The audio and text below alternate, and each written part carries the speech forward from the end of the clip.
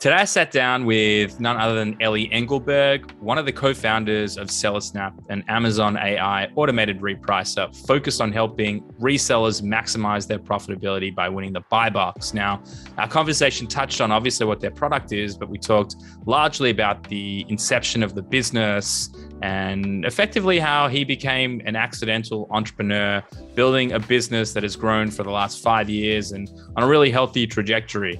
I think for anyone who's looking to step out into the world of entrepreneurship, it's really interesting to see all the different aspects that exist. You don't have to come with a plan or a goal set in mind and drive after it. There's plenty of different ways that you can find your way into this journey. And Eli's story is one that I think doesn't get enough attention. So have a listen. Enjoy as always. Thanks a lot. Welcome to Successful Scales, the show where I talk to world-class professionals on what it takes to scale successful businesses. I dive deep asking questions to people who are running unicorn businesses, to raising funds, to buying businesses, mergers and acquisitions, IP and patent law, what is to manage performance management. I mean, the list goes on. The idea really is, how do I create knowledge and learning for you guys listening in? And of course, myself, getting the floor with people who I, in many cases, would never dream to share a room with. Before we jump into the episode, I've got to give a special thank you to our sponsors. Firstly, over at Global Wide Advisors, a leading digital consumer products investment bank focused on optimizing the sales process. An incredible team, always happy to pick up the phone and educate you or anyone about the sales process and what you should really consider, and can obviously help take you to market or even acquire businesses. I ring them for just about everything these days. Us over at Multiply Me, we are the end-to-end executive search and HR function into the Philippines, helping find better talent and onboarding them effectively. And last but not least, Escala, our management consultancy focused on process improvement, where we help build better systems for your business. That's all the ads you're going to get from me, ladies and gentlemen. The rest is all about learning. I hope you really enjoy and get as much out of these sessions as I do, sitting face to face with some of the world-renowned leaders in their respective fields, asking them the tough questions that they're not often asked.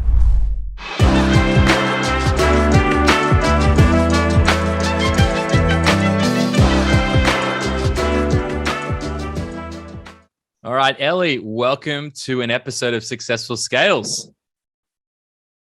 Thanks. It's great to have you. Obviously, I'm very fortunate that I get to spend a fair bit of time with you, both of us working out of the same co-working space in WeWork here in Tel Aviv. And, you know, I love every opportunity I get to sit and see just how far you've taken SellerSnap and how the team has grown. But before we dive into anything that's related to SellerSnap or a lot of the interesting things that I think we can cover, especially just given the fact that we know each other so well, I'd love you to tell those listening at home who don't know who you are a little bit about you and, a little bit about your story. So really, my background isn't, it's a mix of things. I studied law and economics in the university. I actually worked as a lawyer in Israel, doing mostly corporate law and like financial issues and things like that. But it wasn't for me, but it did teach me a lot about that side of the business. But before that, I think most of my experience was in tech, specifically in R&D, and mainly in different QA, quality assurance roles. Varying from General Electric healthcare, medical systems, to ad tech, and I think before starting with SellerSnap, the whole e-commerce and Amazon specifically area, pricing analytics and all that stuff. So that's my background, without going into why we started SellerSnap. I knew that you weren't going to talk yourself up too much, but I mean, just having a law and economics degree, having worked in that space, I mean, these are like fundamental building blocks. I'm not like a huge believer in college degrees unless they're really specialized, or, it's a specialized skill set that, industrial engineering. Okay, that makes a lot of sense. Architecture, whatever. I think any engineer plus, and specific roles, doctor, obviously.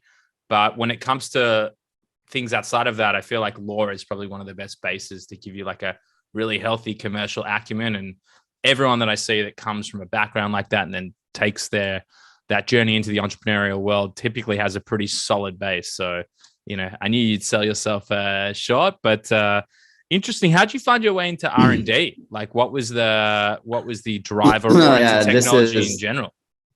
This is like ages ago. This is around the year 2000.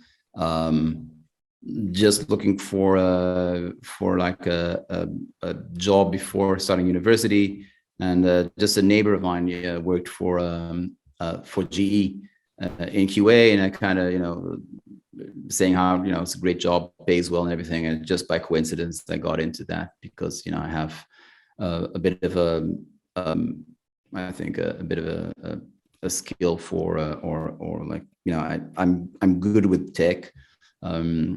I'm good with computers, and so I kind of landed that job. And this is a long time ago. Nothing was very developed back then.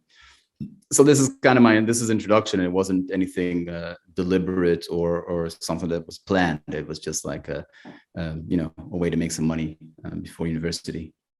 Yeah, and that kind of yeah. I mean, we all start somewhere, and those experiences sometimes, while just maybe a before college experience, turn to sort of shape the foundations of our careers in some ways. And I definitely I've had through my career many things like that, moments like that, where I didn't realize how valuable it would be until a future state or a future situation. So we find ourselves today where you are one of the founders and the CEO over at Celesnap. I could probably give it a run here and say that it's a AI powered automated Amazon repricer, but leveraging game theory as well. You can't forget that. And that's right. So I think how would I go selling in the Celesnap business model? No, it's pretty much it. It's what, well, this, but I'll go over it.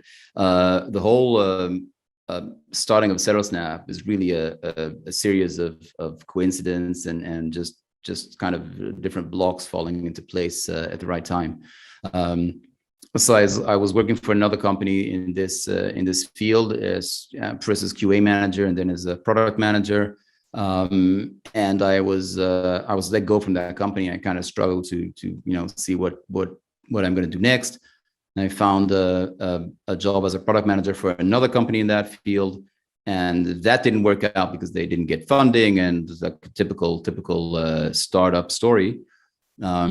But that is where I met. Again, we're talking about just like the coincidence or not coincidence or fate, if you want to call it that, where I met my two co-founders, Yuval Kaufman and Joshua Beam, who both worked in that company and was like had experience with Amazon and such. And when we found ourselves without a job again, we said, well, we know enough now.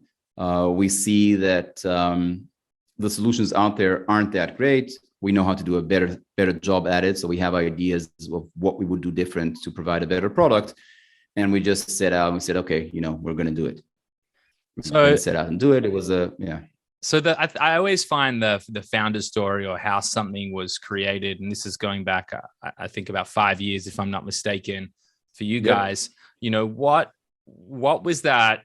Who was the driving? I mean, firstly, each of you have different skill sets, and I think that's always critical when you're bringing something off the ground that doesn't exist. Having players that can step into each of the different core functions is key, and the more the merrier, as long as you're aligned. But what was that like? Like, what was that shift of you've gone from being a product manager to a second time product manager? Clearly, it sounds to me like you're enjoying the role. And I'll tell you, I mean, when I speak to your team, they always say that you have a real gift for product creation. Like, that's your creative or your unique genius, is your ability to actually build product. And so that clearly is your skill set. Talk to me a little bit about Joshua and obviously Yuval. So the way this worked out was, again, it's in terms of timeline, Joshua and I were laid off the same day. And giving credit to the founder of that company, when we had this talk, he told me, listen, I think you guys should pursue this. I don't have any I don't have any objection to it. I think, you can do it. It's not, we don't have the money. We can't focus on it. And my initial response was, yeah, right. Where am I going to, how am I going to start a company all of a sudden? But really the same day I gave Joshua a call and said, listen, what do you think about it? What do you think about it? And he immediately said, yes. So he said, yes, I wanted, for many years that I wanted to do this. I can't do it by myself. I kind of need a partner, which is the same for me. I'm not the person that can kind of set everything up myself. And that was it. We immediately got going. And again, it's a very convenient starting point, because what Josh and I and Yuval spent the last kind of 3 months on was developing a better Amazon repricer. And so when we were cut loose from that company, all the discussions we had, all the thoughts, all the ideas was still there.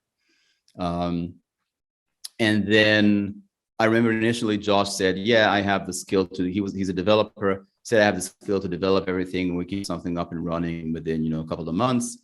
I told him this, I didn't see any way that was going to happen. And took him about a week or so to see all the requirements and say, yeah, we're over our heads. And we said, okay, we'll bring someone else in. And he suggested Yuval. And at that point, Yuval was laid off. And now I met Yuval. He wanted to think about it like for one day or so, but he took the opportunity as well. And that's kind of where we got started. And I think like one of the critical things, and as I go through it as well, it's the people that you work with is the most important thing. And to have built that solid foundation and sort of had 3 months. I know you probably worked together potentially for longer, but you had at least 3 months of all working together and getting to feel each other out. It's a healthier engagement than picking sort of someone who's untried and untested and someone that you don't know whether it's really going to be a fit.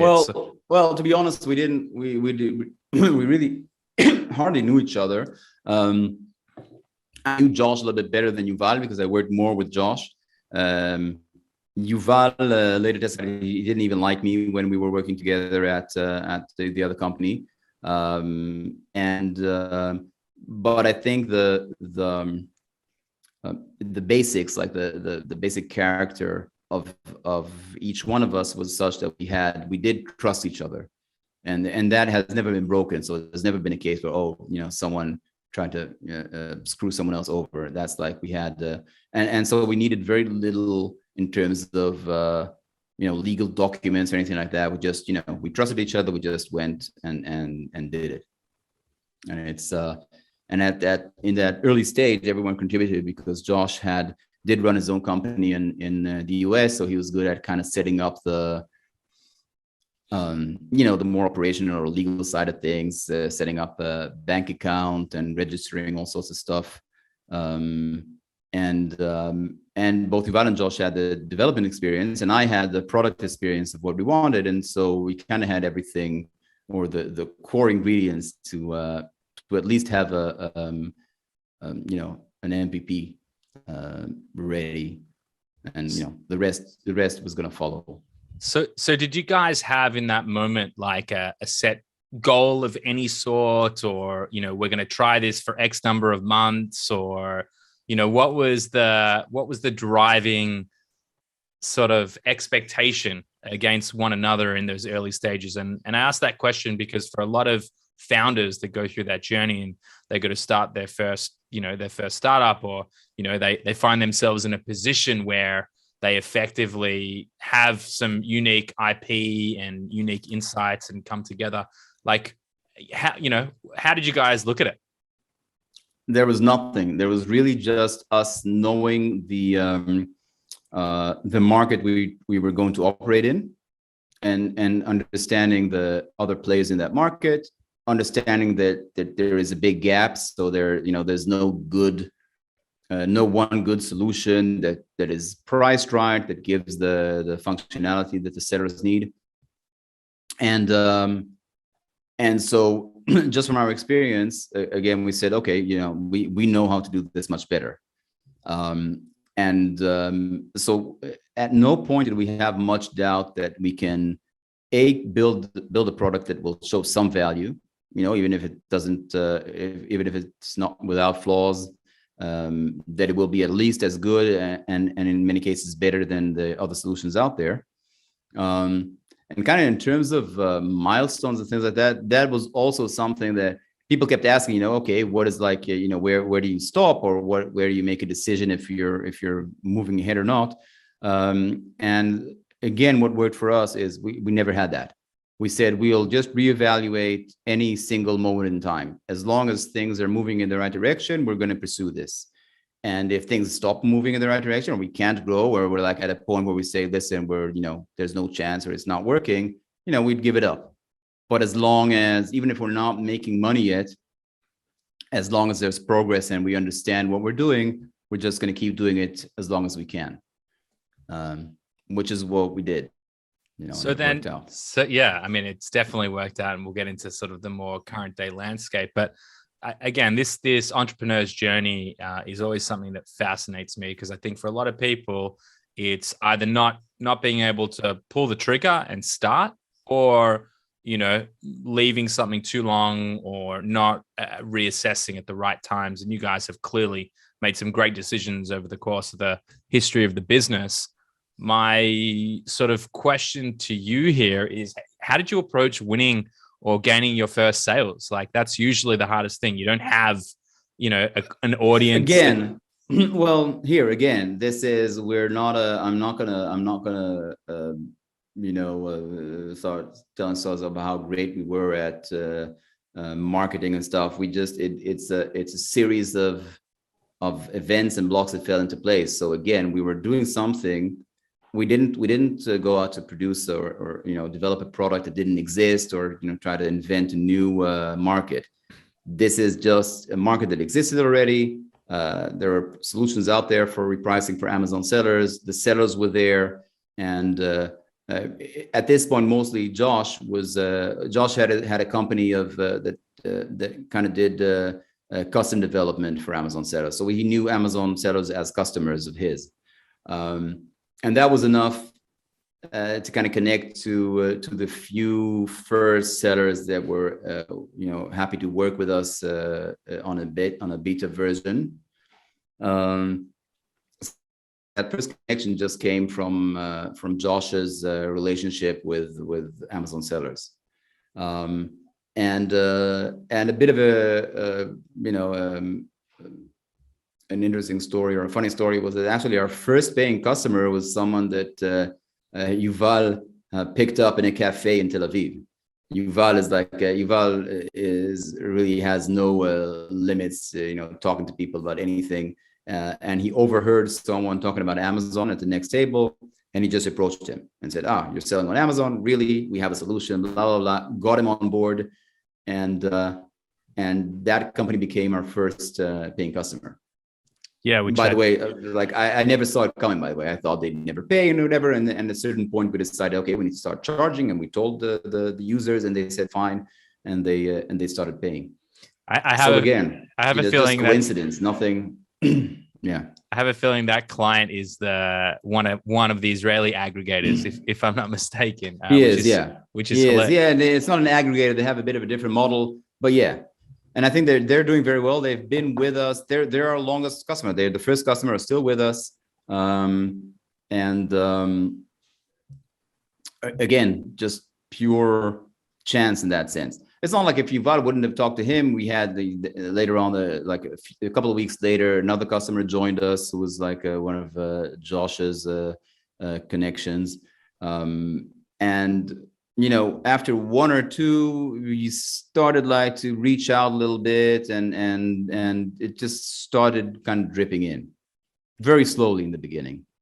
Which is generally the case, unless you've got an aggressive salesperson that's again. So this goes to the whole funding thing.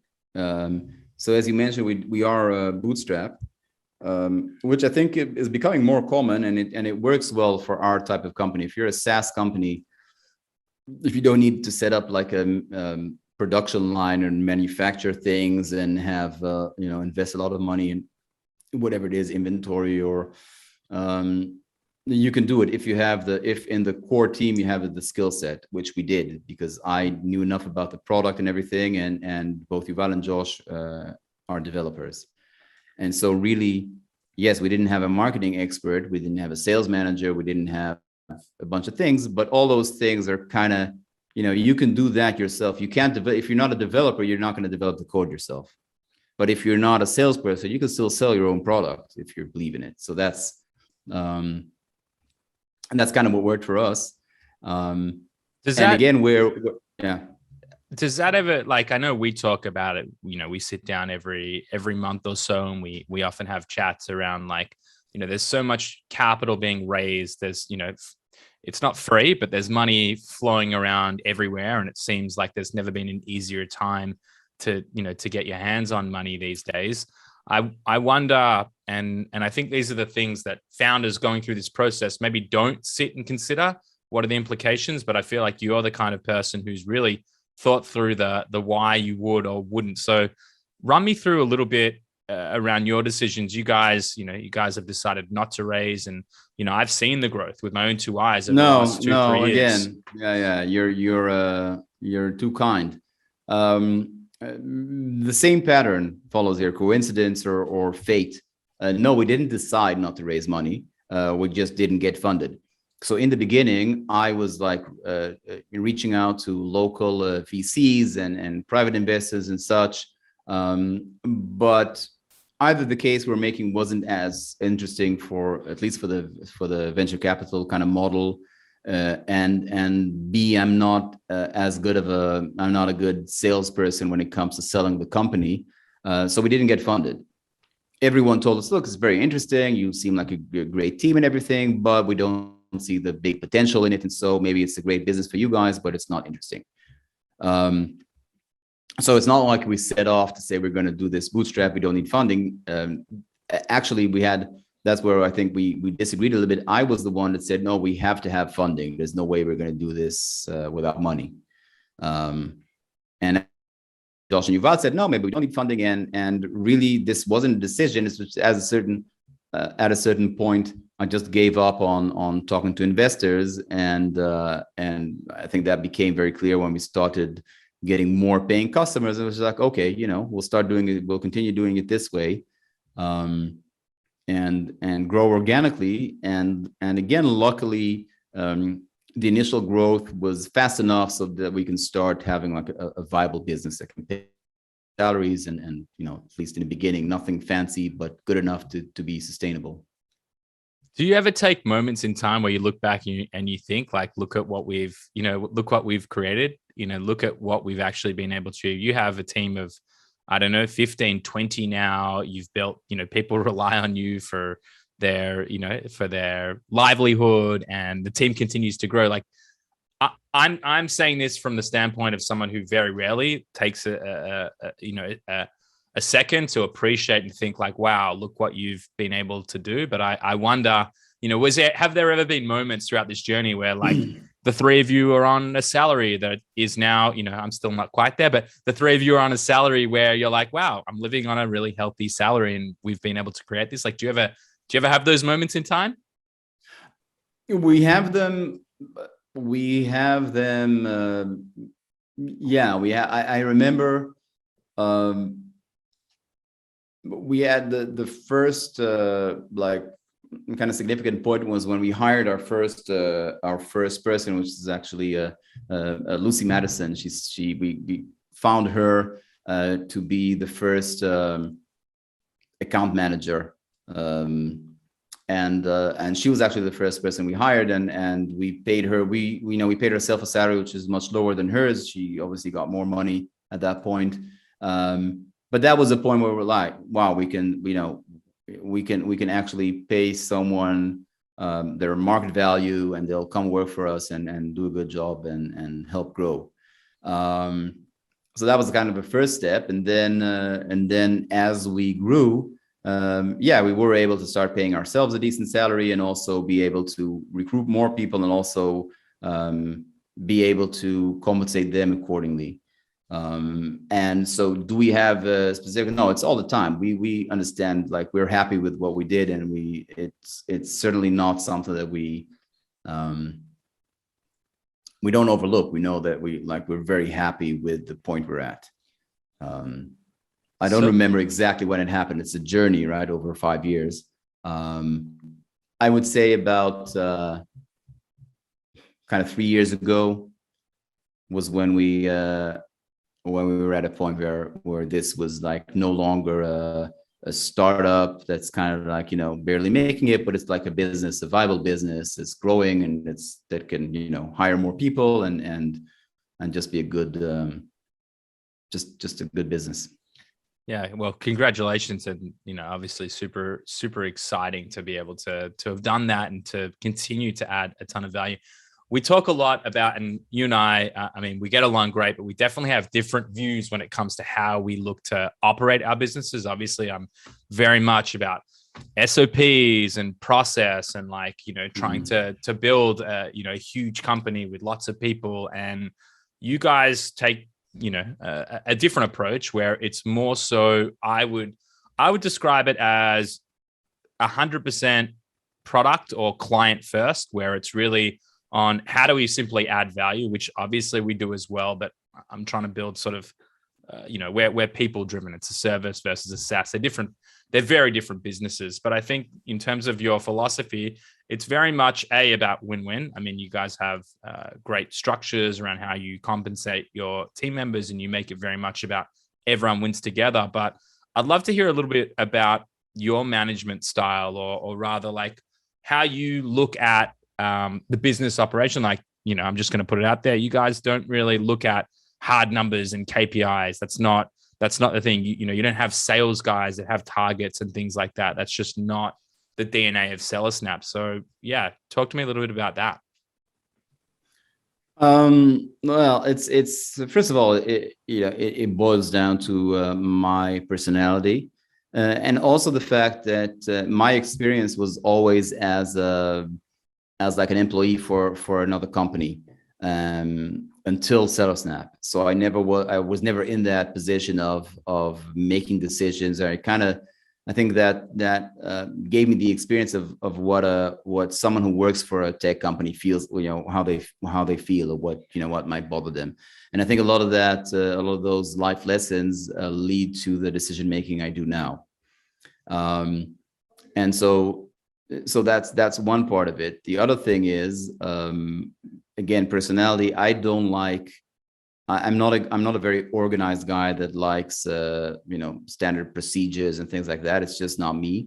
That's not to say that it's not important. And I think in SellerSnap now we are doing that a little bit more. It's just being done by other people who are more good at, who are better at that, which is fine. I think I don't mind.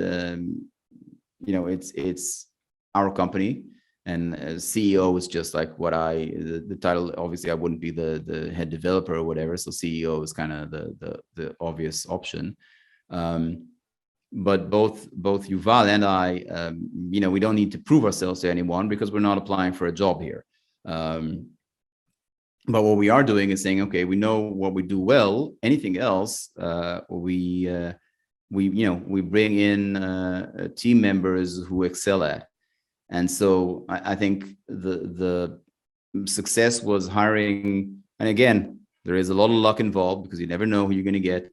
But we had the good fortune of finding very good people, and giving them complete autonomy and the ability to grow. And they have stepped up to the occasion and done very well, and done things that I wouldn't be able to do. So our team has different roles in the team and different skill sets, and I do some things well, but every team member contributes other things that I wouldn't be able to do in any way. And I think that's where that's I think a major part of the success of SellerSnap. So again, it's nothing new now. I think a lot of companies are very flat in their organization, and it's not like, oh, we're doing something very special. But we are very, like, everything is completely open. There is nothing behind closed doors in SellerSnap. Everyone kind of knows everything, is welcome to join any conversation.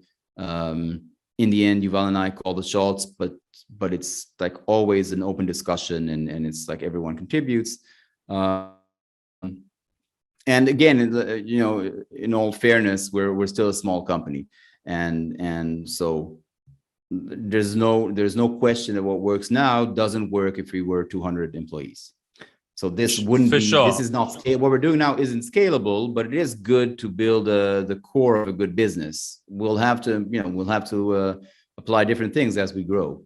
Well, I mean, I would say I would counter that with saying you've built a SaaS platform, which inherently is built for scalability. So the beautiful thing about anything in the SaaS space is you don't need a 200-person team to get something of any real substance and have, a really lucrative business. So, if I had my time again, or, maybe in my next ventures, it's really how do you build scalability or high ticket price, low volume, because there's different challenges that exist. But to go back, and for you being so humble, I mean, that in itself is a skill in picking the right people who complement the skill sets that don't exist. So even designing the organization, though, and I'm very familiar with your entire team, and you've got an incredible group of people who are all fully pot committed into the vision and into the direction of the business, and having that flat structure, which I would say we have too as well. But I mean, that's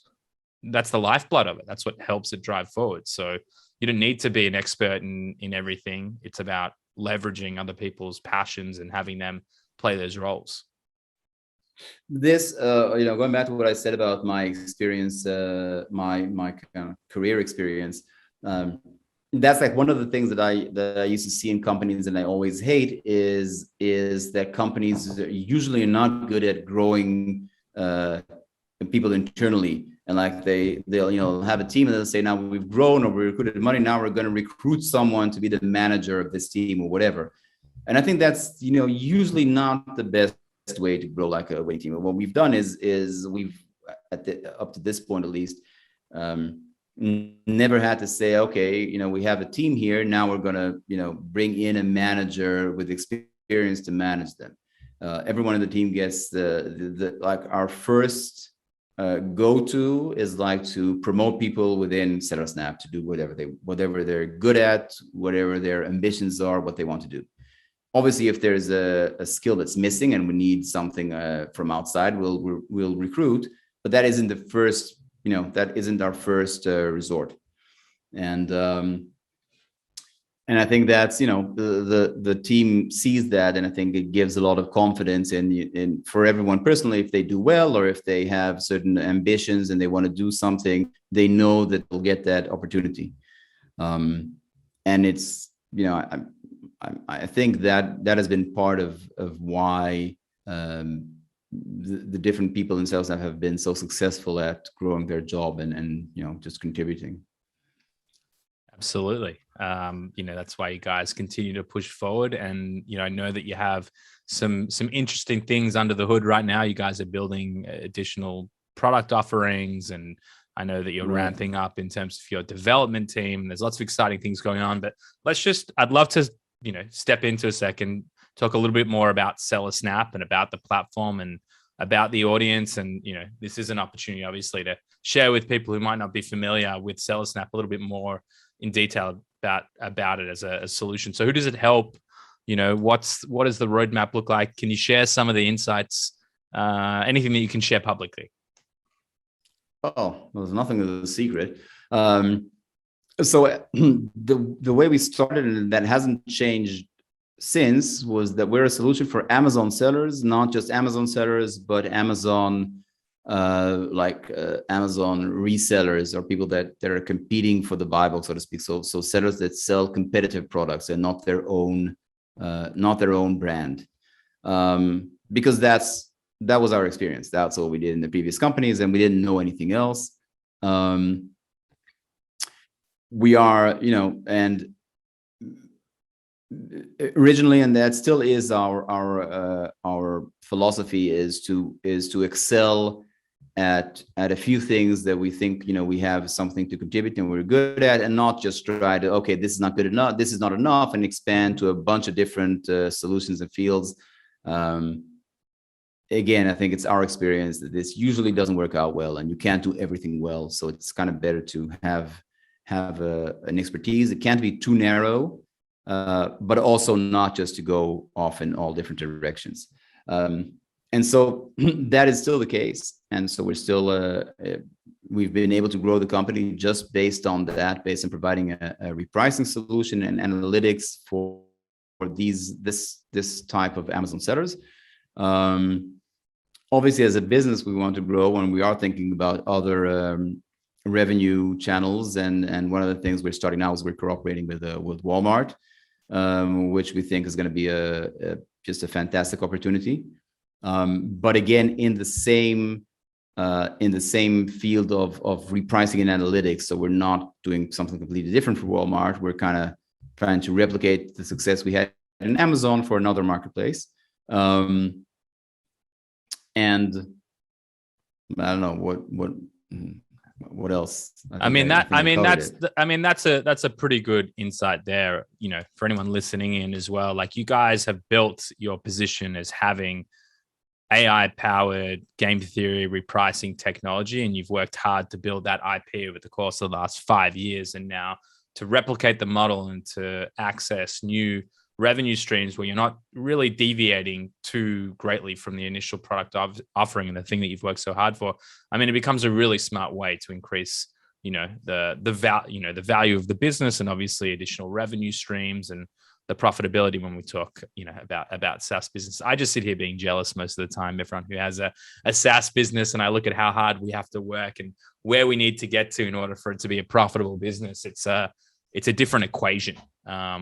So no, I mean, yeah, it's a different equation, but remember, this on the other hand, we're still a niche kind of product. So the customer base it's difficult to get to, and it's limited. That's one of the things, that limits us in Amazon, but there's only so many potential customers. And again, it's a competitive environment. There's other solutions out there. But yeah, pros and cons to everything. Absolutely. Well, Eli, mate, I really appreciate you taking the time out of your busy day to come and sit here with me. It's always a pleasure. I know I'm sitting here from my home office, and you're at the office that I very rarely come into, but I just love it here. I love my space here. I understand that. But hopefully next time we meet, we'll have a chance to have a drink and a cigar. It's a must. Yeah, it is a must.